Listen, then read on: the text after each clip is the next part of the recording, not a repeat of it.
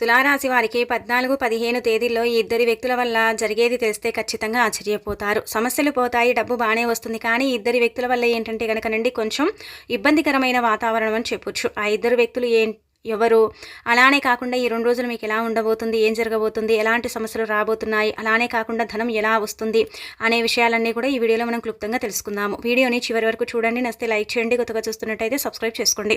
నార్మల్గా తులారాశి పరంగా మనం చూసుకున్నట్టయితే తులారాశి వారికి అండి జీవితంలో సుఖం అనేది చాలా తక్కువ అండి. తులారాశి వారికి ఏంటంటే కనుక కష్టం కోసమే పుట్టారా అన్నట్టుగా కష్టపడుతూ ఉంటారు. అంటే సుఖం అంటే కనుక పూర్తిగా వీరికి సుఖ సంతోషాలు ఉండవని కాదు, కాకపోతే ఏంటంటే కనుక వీరిపైన బరువు బాధ్యతలు అధికంగా ఉంటాయి. ప్రతి ఒక్కరు కూడా వీరినే నమ్ముకొని ఉంటారు. వీరి కుటుంబ సభ్యులు ఏంటంటే వీరిపైన ఆధారపడి ఉంటూ ఉంటారు. ఈ తులారాశి వారికి ఎప్పుడు కూడా కష్టాలు, కన్నీళ్లు, బాధలు ఏంటంటే ఉంటూనే ఉంటాయన్నమాట. కానీ వాటిని అంటే మీరు దాటుకుని ముందుకు వెళతారు కదా, వాటిని మీరేంటంటే కనుక దాటుకుని ముందుకు వెళ్ళి ఆ కుటుంబ బరువునంతా కూడా మీ పైన వేసుకుని మీరేంటంటే ఒక సపోర్ట్గా నించుంటూ ఉంటారు మీ యొక్క ఫ్యామిలీకి. కాబట్టి ఏంటంటే తులారాశి వారికి అండి 2 రోజులు కూడా కొంచెం బాగానే ఉంటుంది. ఎక్కడ కూడా ఏ ఇబ్బంది లేదు, కొంచెం హ్యాపీగా కనిపిస్తుంది. కొంచెం ఏంటంటే పని పెరుగుతుంది, కానీ అయినప్పటికీ కూడా మీరు అంటే కొంచెం హ్యాపీగా కనిపించడం, అలానే కాకుండా ఏంటంటే కనుక అధికంగా బంధువులను నమ్మటం, ఫ్రెండ్స్ని నమ్మటం వల్ల ఏంటంటే కొంచెం నష్టం జరిగే అవకాశం అయితే కనిపిస్తుంది అనమాట. అంటే ముఖ్యంగా ఈ ఇద్దరు వ్యక్తులు ఉన్నారు కదా, వీళ్ళ వల్ల మీకు అంటే నష్టం వాటిల్లుతుందన్నమాట. నష్టం వల్ల చాలా వరకు కూడా మీకు ఇబ్బంది కలుగుతుందని ఒక రకంగా చెప్పొచ్చు.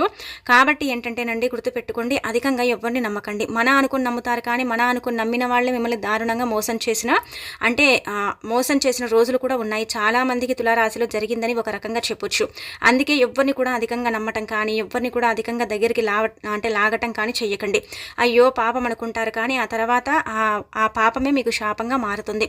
కాబట్టి ఏంటంటే మీరు అంటే కొంతమందిని అవాయిడ్ చేయండి. మీకు ఎవరైతే నచ్చారో ఆ వ్యక్తులతో మీరు దూరంగా ఉండండి.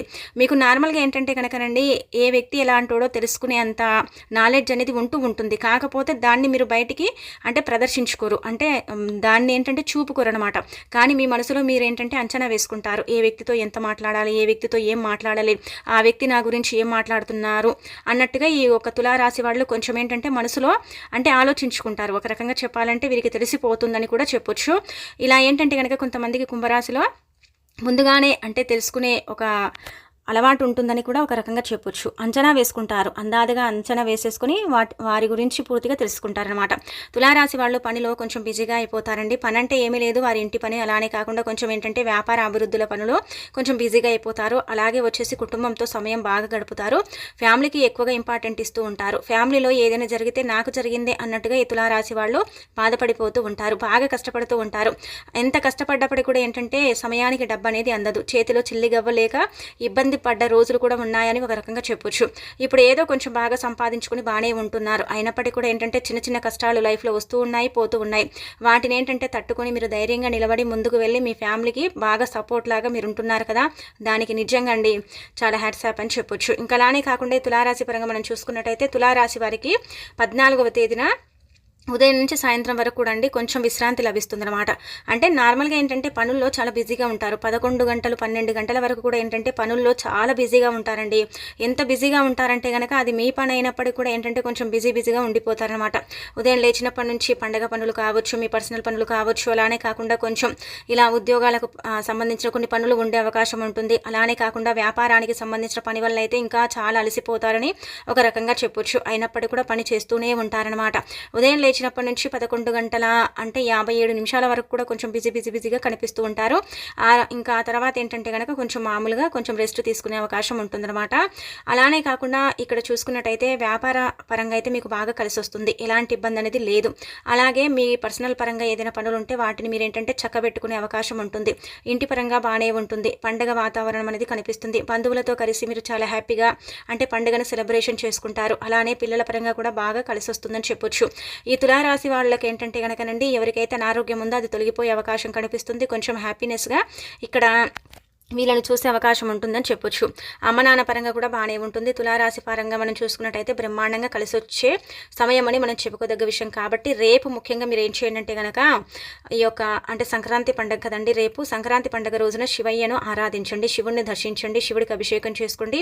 అలానే కాకుండా దానం చేయండి, దానం చేయడం వల్ల కూడా మంచి ఫలితం ఉంటుంది. అలానే వచ్చేసి ఏంటంటే కనుక హరిదాసులు మీ ఇంటికి వచ్చినట్టయితే 1 కిలో బియ్యం కావచ్చు, లేదంటే 1 పావుషేరు బియ్యాన్ని కావచ్చు, మీరేంటంటే కనుక వారికి ఇచ్చి పంపించండి. ధరించండి. అలా కూడా మంచి ఫలితాన్ని పొందే అవకాశం ఉంటుందని చెప్పొచ్చు. ముఖ్యంగా శివాలయానికి వెళ్ళి శివుడిని ఎవరైతే ఈ రోజున దర్శించుకుంటారో వారి జీవితంలో ఉండే కొన్ని రకాల ఇబ్బందులు పోతాయని మనకు మీ రాశి పరంగా చెప్పడం జరుగుతుందన్నమాట. అందుకే ఏంటంటే కనుక మీరు ఇక్కడ శివారాధన చేయటం, శివుడికి బిల్వ పత్రాలను సమర్పించడం, అలానే ఏంటంటే కనుక ఇంట్లోనైనా సరేనండి ఖచ్చితంగా మీరు శివుణ్ణి పూజించడం, ఆరాధించడం చేసుకుంటే చాలా మంచిది. ఇక అనంతరం వచ్చేసి ఏంటంటే శివుణ్ణి పూజించడం వల్ల గ్రహస్థితుల ప్రభావాలు మీకు మెరుగుపడతాయి, గ్రహదోషాలన్నీ కూడా పోతాయి, పట్టి పీడిస్తున్న దరిద్రాల నుంచి మీరు బయటపడగలుగుతారు. అన్ని విధాలుగా కూడా మీకు బాగా కలిసి రావడానికి అవకాశం అధికంగా ఉంటుందన్నమాట. ఇక అనంతరం ఏంటంటే కనుకనండి ఇంట్లో ఉదయం లేస్తారు కదా, లేవగానే శుచిగా స్నాన కార్యక్రమాలు చేసేసుకుని ఉతికిన బట్టల్ని ధరించండి.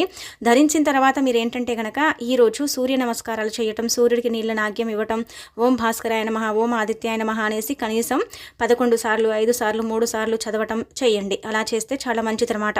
ఈరోజు ఎరుపు రంగులో ఉండే బట్టల్ని అవాయిడ్ చేయండి. ఎరుపు రంగు బట్టలు ఈరోజు ఏంటంటే కనుక ధరించకూడదు. మంగళవారం సంక్రాంతి వచ్చింది కాబట్టి ఈ రోజున ఎవరైతే ఎరుపు రంగు బట్టలు ధరిస్తారో వారి జీవితంలో ఈ తులారాశిలో ఉండేవాళ్ళు ముఖ్యంగా ఎరుపు రంగు బట్టల్ని అవాయిడ్ చేయడం చాలా మంచిది. అలానే కాకుండా మంగళవారం పూట వచ్చింది కాబట్టి ధరించకూడదు, అప్పు పెరుగుతుంది. అన్ని విధాలుగా కూడా ఏంటంటే కనుకనండి మనము ఫెయిల్ అయిపోతాము. ప్రతి పనిలో కూడా ఏంటంటే సక్సెస్ని సాధించము, మనకు అన్నిట్లలో ఫెయిల్యూర్గా మనం కనిపిస్తామని చెప్పొచ్చు. అందుకే ఎరుపు రంగు దుస్తువులను మాత్రం అస్సలు ధరించకండి, వాటిని అవాయిడ్ చేయండి. ఇదేంటంటే వేద పండితులు మనకు సూచించడం జరుగుతుంది. మనకు అలానే కాకుండా ఈరోజు మంగళవారం కాబట్టి మంగళవారానికి అధిపతి కుజుడు కాబట్టి కుజుడికి ఏంటంటే కనుక ఎరుపు అంటే ఇష్టం. కుజుడు చేసిన పనిని మళ్ళీ మళ్ళీ చేయిస్తూ ఉంటాడండి. అందుకే చాలా వరకు కూడా మన పెద్దవారు కూడా మనకు చెప్తూ ఉంటారు, ఎర్రటి వస్త్రాలను ధరించకూడదు, మంగళవారం ఎర్రటి వస్త్రాలు ధరిస్తే అప్పు పెరుగుతుంది, లైఫ్లో అప్పు ఏంటంటే తగ్గదు, సమస్యలు ఉంటే వాటి ద్వారా మనం ఇబ్బంది పడిపోతామని చెబుతూ ఉంటారు. అందుకే వీటిని అవాయిడ్ చేయండి. మిగతా అదంతా కూడా బాగానే ఉంటుంది.